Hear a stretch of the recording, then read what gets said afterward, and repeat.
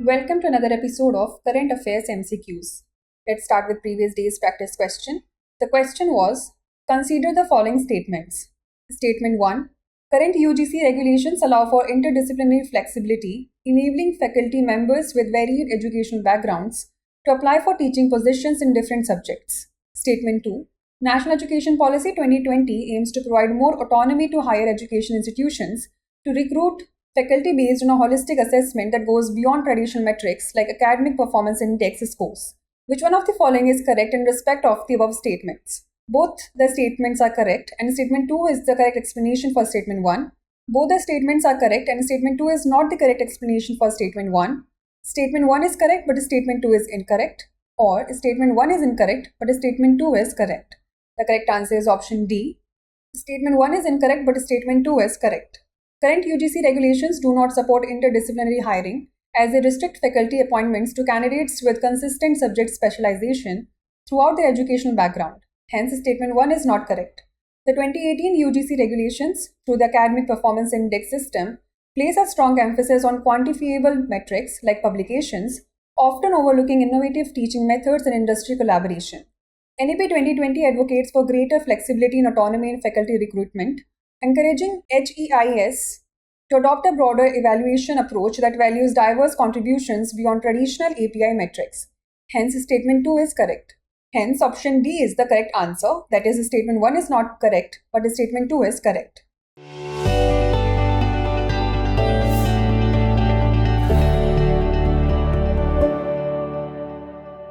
Let's begin today's session. The first question is, consider the following statements regarding private sector financing for climate change.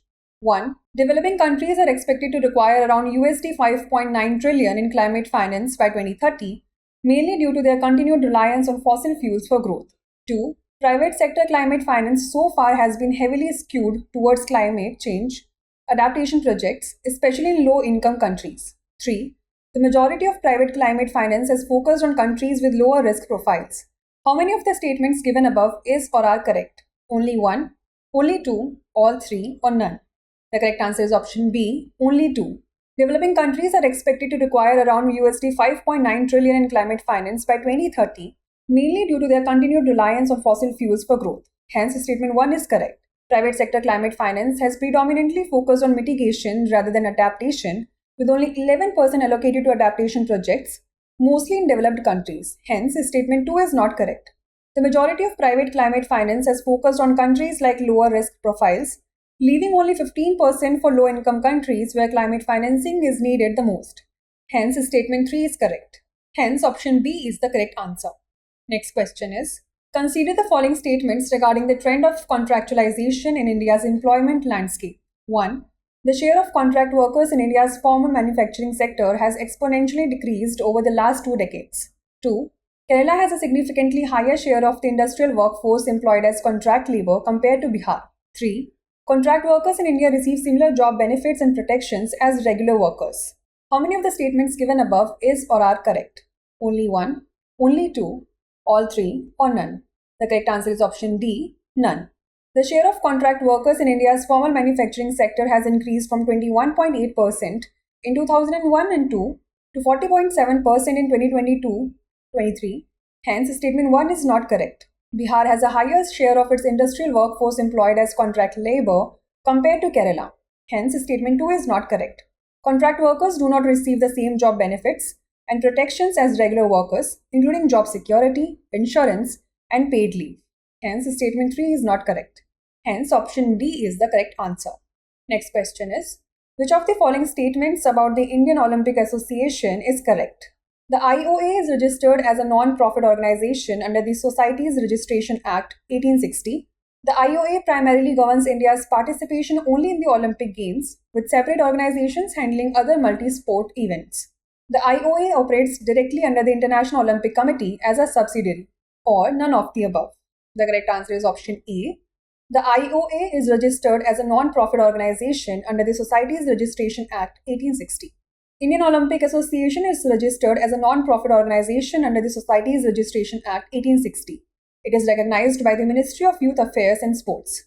It governs the Olympic movement and Commonwealth Games in India, oversees athletes' participation in Olympics, Commonwealth Games, Asian Games, and related multi-sport events. The IOA operates independently but is recognized by the International Olympic Committee as the National Olympic Committee for India. IOC is a non-governmental international organization based in Lausanne, Switzerland that came into existence in 1894. Hence, option A is the correct answer. Next question is, cryptobiosis, recently in the news, is related to which of the following? A process where organisms use light to generate energy in the absence of nutrients, a new type of blockchain technology for secure transactions of living modified organisms, a method used by plants to increase resistance to pest through genetic modification, or a metabolic state allowing survival in extreme conditions. The correct answer is option D, a metabolic state allowing survival in extreme conditions. Cryptobiosis is a unique biological phenomenon in which an organism enters a reversible, dormant metabolic state, allowing it to survive extreme environmental conditions such as dehydration, freezing, or high radiation. During cryptobiosis, all biological activity comes to a halt, effectively suspending life processes until favorable conditions return. This ability is seen in certain organisms like tardigrades, which can resume normal metabolic function once the harsh conditions have subsided. Hence, option D is the correct answer. Next question is, consider the following pairs. First Buddhist council, patron was Ajatashatru in Rajgriha. Second Buddhist council, patron was Kalashoka in Vaishali. Third Buddhist council, patron was Kanishka in Kundalban. Which of the following pairs is or are correctly matched?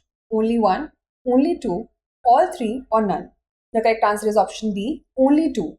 The first Buddhist council was convened by King Ajatashatru in Rajgriha with Mahakashyapa as the chairman. Hence, pair 1 is correctly matched. The second Buddhist council was convened by King Kalashoka in Vaishali with Sabbakami as the chairman. Hence, pair 2 is correctly matched. The third Buddhist council was not convened by King Kanishka in Kundalban. It was actually convened by Emperor Ashoka in Patliputra with Mogliputra Tissa as the chairman. Hence, pair 3 is not correctly matched. Hence, option B is the correct answer. Next question is, consider the following statements. 1. The Central Groundwater Board, a scientific department under the Ministry of Jal Shakti. 2. Central Groundwater Authority has been constituted under the Water Prevention and Control of Pollution Act 1974. Which of the statements given above is or are correct? 1 only, 2 only, both 1 and 2, or neither 1 nor 2? The correct answer is option A, 1 only. The Central Groundwater Board, a scientific department under the Department of Water Resources, River Development and Ganga Rejuvenation, Ministry of Jal Shakti, Government of India, is tasked with the sustainable development, management, and monitoring of India's groundwater resources. Hence, statement 1 is correct. Central Groundwater Authority has been constituted under Section 3, Subsection 3 of the Environment Protection Act 1986 to regulate and control development and management of groundwater resources in the country. Hence, statement 2 is not correct. Hence, option A is the correct answer. Next question is, consider the following statements. 1. The sun exhibits differential rotation with its poles rotating every 25 days, while its equator takes about 35 days to complete one rotation. 2. The chromosphere is a thin plasma layer located between the sun's visible surface and its outer atmosphere. Which of the statements given above is or are correct? 1 only, 2 only, both 1 and 2, or neither 1 nor 2? The correct answer is option B, 2 only. The sun exhibits differential rotation with its equator rotating every 25 days, while its poles take about 35 days to complete one rotation. Hence, statement 1 is not correct. The sun's equator rotates at 13.98 degrees per day, while at 80 degrees latitude, the rotation rate slows to 10.5 degrees per day. The chromosphere is a thin plasma layer located between the sun's visible surface and its outer atmosphere. Hence, statement 2 is correct. Hence, option B is the correct answer. Next question is, consider the following statements. 1. Atmospheric rivers are long, narrow bands of moisture in the atmosphere that transport vast amounts of water vapor from tropical regions to mid-latitude areas. 2. The Pineapple Express is a cold, dry air mass transporting cool, arid air from the Arctic to North America's east coast. Which of the statements given above is or are correct? 1 only, 2 only, both 1 and 2, or neither 1 nor 2? The correct answer is option A, 1 only. Atmospheric rivers are long, narrow bands of moisture in the atmosphere that transport vast amounts of water vapor from tropical regions to mid-latitude areas and other areas, particularly outside of the tropics. Hence, statement 1 is correct. The Pineapple Express is an atmospheric river transporting warm, humid air from the tropical Pacific near Hawaii to North America's west coast, particularly California. Hence, statement 2 is not correct. Hence, option A is the correct answer. Next question is, Consider the following statements about the directive principles of state policy. 1. The DPSP is legally enforceable in courts and can be challenged by citizens. 2. DPSPs are primarily aimed at ensuring political justice to the people. Which of the statements given above is or are correct? 1 only, 2 only, both 1 and 2, or neither 1 nor 2? The correct answer is option D, neither 1 nor 2. The directive principles of state policy enshrined in Part 4th of the Indian Constitution are non-justiciable in nature. This means that they cannot be enforced by the courts. Unlike fundamental rights, which are justiciable and can be enforced in a court of law, DPSPs serve as guidelines for the state in formulating policies and laws aimed at achieving socio-economic justice. Hence, statement 1 is not correct. The DPSPs are designed to promote the welfare of the people and to provide social and economic justice under which citizens can lead a good life. Hence, statement 2 is not correct. They encompass various aspects such as the right to work, education, and public assistance in cases of unemployment, old age, sickness, and disablement. Hence, option D is the correct answer. The last question is, consider the following statements with reference to tropical cyclones. 1. Landfall occurs when the eye wall of a cyclone moves into land. 2. The eye of a cyclone is characterized by clear skies and low atmospheric pressure. 3. The eye wall is the most intense part of the cyclone with the strongest winds and heaviest rainfall. Which of the statements given above is or are correct? 1 and 2 only, 2 and 3 only, 1 and 3 only, or 1, 2 and 3? The correct answer is option B, 2 and 3 only. Landfall occurs when the center of the cyclone crosses onto land, not just the eye wall. Hence, statement 1 is not correct. The eye is indeed marked by clear skies, low pressure, and calm. Hence, statement 2 is correct. Eye wall holds the strongest winds and rainfall, making it the cyclone's most dangerous region. Hence, statement 3 is correct. Hence, option B is the correct answer. Now it's time for the practice question. Regarding election funding, consider the following statements. 1.